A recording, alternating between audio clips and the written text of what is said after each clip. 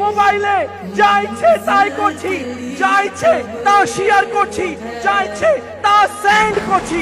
ও যুবক শোনো, যারা একেবারে মোবাইল নিয়ে একেবারে মাতোয়ালা হয়ে গিয়েছো, শুনো শুনো, মন দিয়ে শুনো, রিয়েল ঘটনা শুনো। যা এর পূর্বেও মাদিনী চ্যানেলে বলা হয়েছে। দুই বন্ধু ছিল, এক বন্ধু হঠাৎ মৃত্যু হয়ে গেল। যুবকের মৃত্যু হলো, তার মা প্রতিদিন স্বপ্ন দেখে, প্রতিদিন স্বপ্ন দেখে দলে দলে লোকেরা আসছে আর তার কবরে প্রসাব করে যাচ্ছে। একদিন, দ্বিতীয় দিন আবার তার মা স্বপ্ন দেখলো, আমার যুবক ছেলের কবরে দলে দলে লোকেরা আসছে আর প্রসাব করে চলে যাচ্ছে। তৃতীয়, চতুর্থ, পঞ্চম দিন মা একই স্বপ্ন দেখলো। তখন তার ওই মা ওই বন্ধুকে জিজ্ঞেস করলো যে জীবিত আছে। দুই বন্ধু ছিল, এক মারা গিয়েছিল, এক জীবিত। যে জীবিত তাকে জিজ্ঞেস করছে, এই বলতো তোর বন্ধু কি কাজ করতো? কেননা আমি তোর বন্ধুকে অর্থাৎ আমার ছেলেকে আমি কবরে দেখেছি, আযাবে আছে, দলে দলে লোকেরা তার কবরে প্রসাদ করছে। সে বললো, আমরা দুই বন্ধু ছিলাম, একটা সাইট তৈরি করেছিলাম, আর বেপরদা মহিলাদের ছবিগুলো সেন্ড করতাম। কাজ করো, তাড়াতাড়ি ওই সাইটকে ডিলিট করে দাও, ডিলিট করে দাও, আমার ছেলে খুবই আযাবে রয়েছে, ডিলিট করে দাও। সে বলল, আমি জানি না তো পাসওয়ার্ড কি আছে, আমি জানি না পাসওয়ার্ড কি আছে। যতদিন ওই পাসওয়ার্ড বন্ধ হবে না, যারা যারা দেখবে সেই আযাব, সেই শাস্তিগুলো ওই যুবকের কবরে হতে থাকবে। আজ ইচ্ছাকৃত ভাবে কোন মেয়ের ছবি সেন্ড করে দিচ্ছি, হ্যাঁ শেয়ার করে দিচ্ছি। আরে শোনো না, কি করছো? আমার সহ্য হয় না।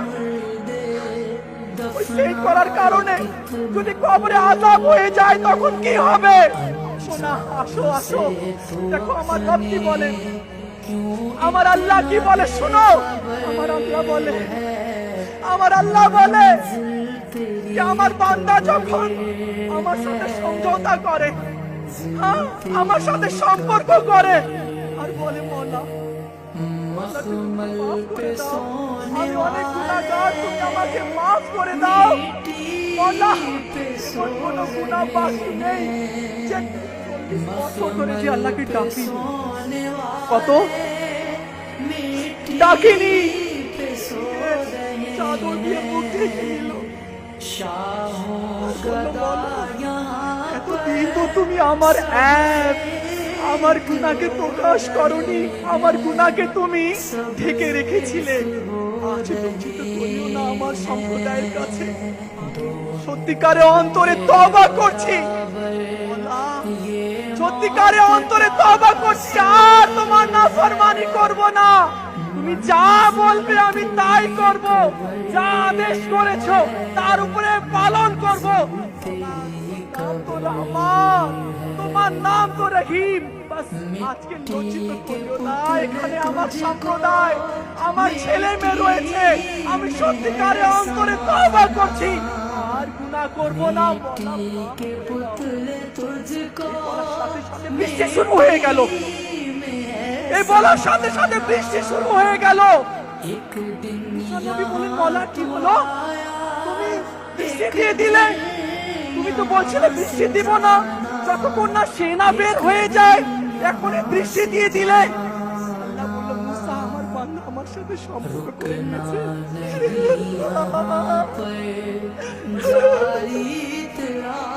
মুসা আলাইহিস সালামকে বলল, মুসা আলাইহিস সালাম, আমার বান্দা আমার কাছে ফিরে এসেছে, আমার বান্দা আমার সাথে সম্পর্ক করে নিয়েছে।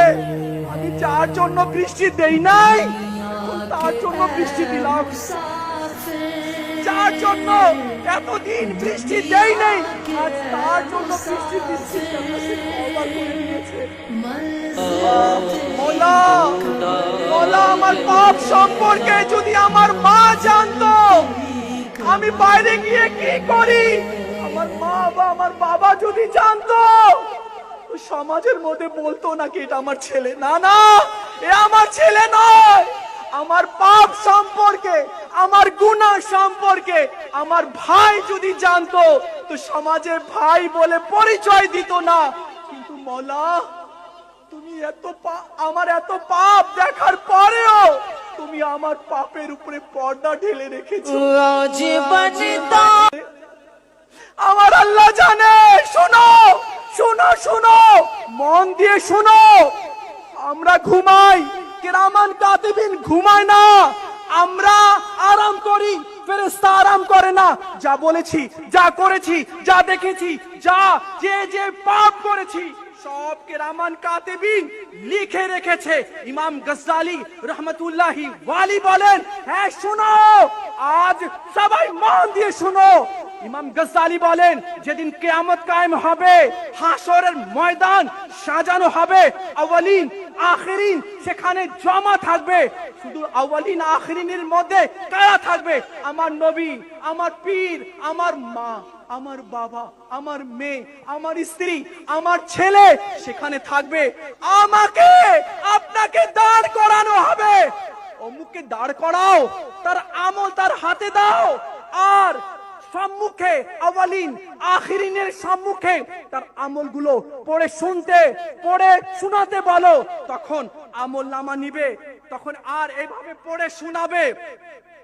তখন মা দেখবে, আরে আমার ছেলে তো, ওই যে আমার ছেলে হাসরের ময়দানে সে আমল পড়ছে, সে তো খুব ভালো ছিল, যাই যাই আমার ছেলের আমল শুনি।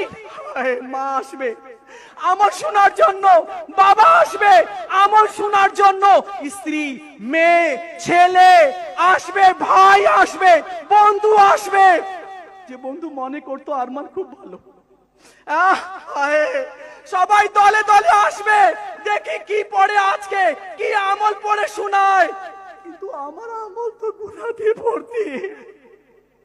আমার নবীর সামনে, আমার মায়ের সামনে, আমার মেয়ে যে আমাকে ভালোবাসতো, আমার বাবা খুব ভালো, যে মেয়ে বলতো বাবা খুব ভালো, যে ছেলে বলতো আমার বাবা খুব সৎ, কিন্তু তাদের সামনে আমি নিজের পাপ ভরা, গুনাহ ভরা আমল কিভাবে পড়ে শোনাবো?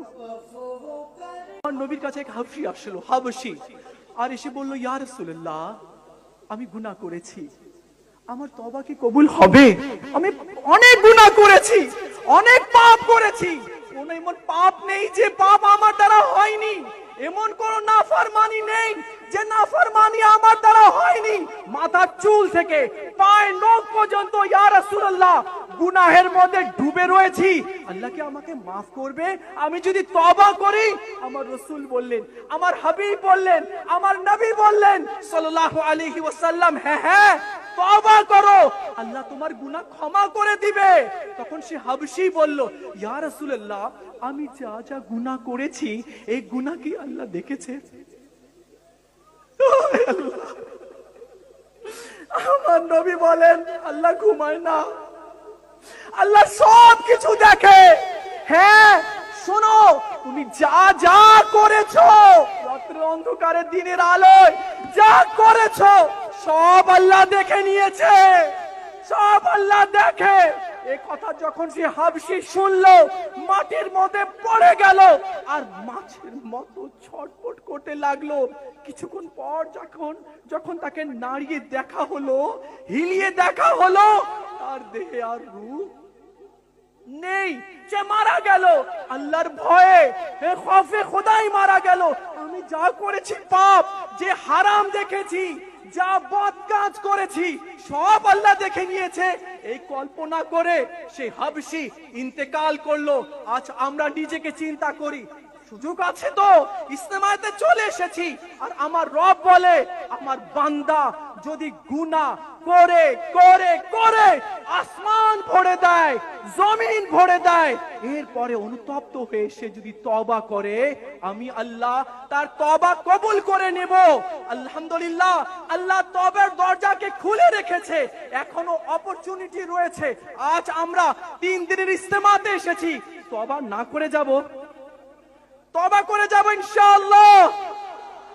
মওলা তুমি আমাদেরকে ক্ষমা করে দাও। আল্লাহ ইয়া আল্লাহ ইয়া রাহমান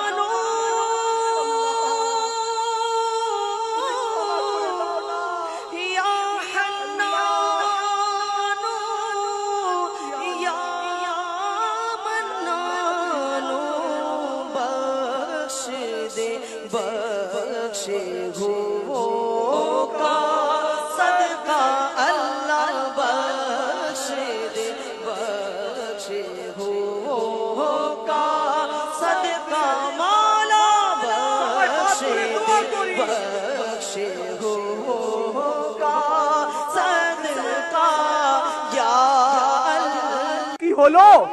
তওবা তো করো, তওবার দরজা আল্লাহ খুলে রেখেছে, কিন্তু এমন ঢিঠ হয়ে গিয়েছি, ঢিঠ। আর একটা কথা না বললেই নয়, গুনাহের রোগ লেগে গেছে, গুনাহের রোগ, গুনাহের রোগ লেগে গেছে, চোখকে হারাম দিয়ে দেখার রোগ লেগে গেছে। যতক্ষণ মোবাইলে বা টিভি স্ক্রিনের মধ্যে যতক্ষণ হারাম না দেখি মন ভালো লাগে না, এটা বড় রোগ, রোগ লেগে গেছে, রোগ। এই রোগ দূর হচ্ছে না আল্লাহ, এই রোগ দূর হচ্ছে না, গুনাহের রোগ লেগে গেছে মওলা, গুনাহের রোগ লেগে গেছে, এই রোগটা দূর হচ্ছে না মওলা, তুমি আমাদের এই রোগকে দূর করে দাও, গুনাহের অভ্যাসকে মওলা দূর করে দাও।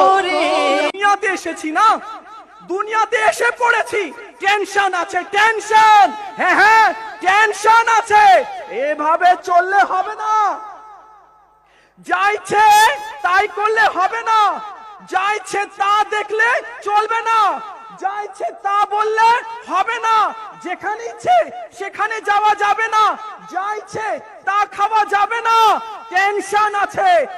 যখন দুনিয়াতে চলে এসেছি এখন অনেক টেনশন রয়েছে, এক তো তওবা করে মরবো কিনা তার কোনো গ্যারান্টি নেই, ঈমান নিয়ে যাবো কিনা তার টেনশন, ঈমান নিয়ে যাবো কিনা সত্যি খোদার কসম তার টেনশন, হ্যাঁ হ্যাঁ তার টেনশন রয়েছে। হযরত সাইয়েদনা সুফিয়ান সৌরি রাহমাতুল্লাহি তাআলা আলাইহি ও হযরত সাইয়েদনা শায়বান রাই রাহমাতুল্লাহি তাআলা আলাইহি উভয় এক জায়গায় একত্রিত হলেন, দুই বুজুর্গ। হযরত সাইয়েদনা সুফিয়ান সৌরি সারা রাত কান্না করছেন। সকাল হলো তো শায়বান রাই রাহমাতুল্লাহি তাআলা বললেন, হে সুফিয়ান, আরে কেন এত কান্না করছো, সারা রাত কান্না করলে, কান্না করার কারণ তো বলো। তো সুফিয়ান সৌরি রাহমাতুল্লাহি তাআলা আলাইহি বললেন, আমি এক বুজুর্গ থেকে, এক আলিমে দ্বীন থেকে 40 বছর ইলম অর্জন করেছি, কোরআন ও হাদিসের ইলম অর্জন করেছি। Would you mind listen to me brother? শুনুন শুনুন, মন দিয়ে শুনুন, এ কথা আপনার, এ কথা আমার, আমরা টেনশনে আছি, আপনিও টেনশনে আছেন। সেই টেনশন হচ্ছে কি তওবা করে মরবো কিনা, সেই টেনশন হচ্ছে ঈমান নিয়ে কবরে যাব কিনা, এটা টেনশন রয়েছে। শুনুন সুফিয়ান সৌরি রাহমাতুল্লাহি তাআলা কি বলছেন, তিনি বললেন, আমি এক আলিমে দ্বীন থেকে 40 বছর ইলম অর্জন করেছি, 40 বছর, আর সে 60 বছর কাবাতুল্লাহ শরীফে ইবাদত করেছে, বান্দাগি করেছে, রোজা রেখেছে, নামাজ পড়েছে, কিন্তু তার মওত কুফরের মধ্যে হয়েছে, বেঈমান হয়ে সে মরেছে, ঈমান নিয়ে সে যেতে পারেনি। হায় সুফিয়ান সৌরি বলেন, এই জন্য আমি কান্না করছি, যার থেকে 40 বছর ইলম অর্জন করলাম, আর যে 60 বছর কাবাতে গিয়ে ইবাদত করলো, বান্দাগি করলো, সেই ঈমান নিয়ে যেতে পারেনি। আমি টেনশন করছি আমার কি হবে। এ ভাই সত্যি অনেকেই আছে এমন যারা ঈমান হারা হয়ে দুনিয়া থেকে চলে গেছে, তওবাবিহীন দুনিয়া ছেড়ে চলে গেছে, কিন্তু আমরা ঈমানের দিকে লক্ষ্য করছি না, ঈমানের টেনশন আমরা করছি না। শুনুন শুনুন প্রিয় ইসলামী ভাইয়েরা আর হে যুবকেরা, শুনো, মন দিয়ে শুনো,